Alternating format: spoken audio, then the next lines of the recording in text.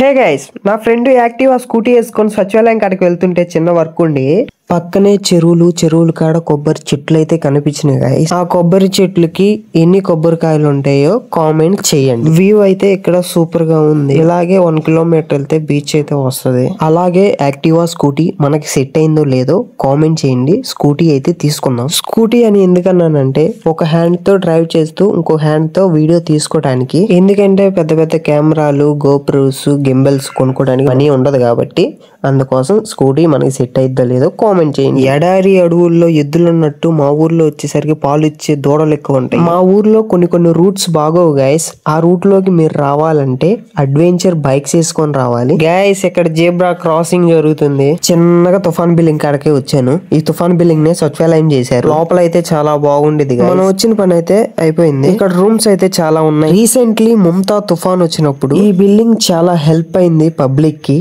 Already ఇక్కడ కింద చూసుకున్నట్టయితే పబ్లిక్ అయితే ఇక్కడ ఉంటున్నారు గైస్. ఈ వీడియో నచ్చినట్టయితే don't forget and like, share and subscribe.